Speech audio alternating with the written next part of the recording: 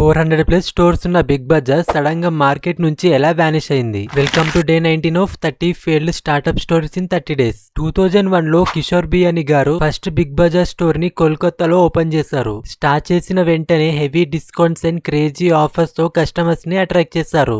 Just start చేసిన 10 years లోనే 250 stores వరకు ఎక్స్పాండ్ చేశారు. 2019 వరకు బిగ్ బజార్ 400 ప్లస్ స్టోర్స్ కి ఎక్స్పాండ్ అయ్యి ఇండియాస్ నంబర్ 1 రీటైల్ చైన్ గా మార్కెట్ లో డామినేట్ చేసింది. బట్ అయినా సరే బిగ్ బజార్ ఎలా ఫెయిల్ అయింది. బిగ్ బజార్ ఫాస్ట్ గా ఇండియా మొత్తం ఎక్స్పాండ్ అవ్వాలని అగ్రెసివ్ గా లోన్స్ తీసుకుని స్టోర్స్ ఓపెన్ చేశారు. బట్ హెవీ డెట్స్ పెరిగి ప్రాఫిట్స్ కన్నా ఎక్స్పెన్సెస్ ఎక్కువ అయ్యి ఫైనాన్షియల్ ప్రాబ్లమ్స్ ఫేస్ చేశారు. అండ్ కస్టమర్స్ ఆన్లైన్ షాపింగ్ కి షిఫ్ట్ అయ్యారు. Big Bazaar digital presence strong గా బిల్డ్ చేయలేకపోయింది. 2020లో లాక్డౌన్ వల్ల స్టోర్స్ క్లోజ్ అయ్యాయి. సేల్స్ డ్రాస్టిక్ గా డ్రాప్ అయ్యాయి. Big Bazaar offline dependent business కాబట్టి రెవెన్యూ అంతగా రాలేదు. ఇంతకీ మీరు ఎప్పుడైనా బిగ్ బజార్ లో షాపింగ్ చేశారా?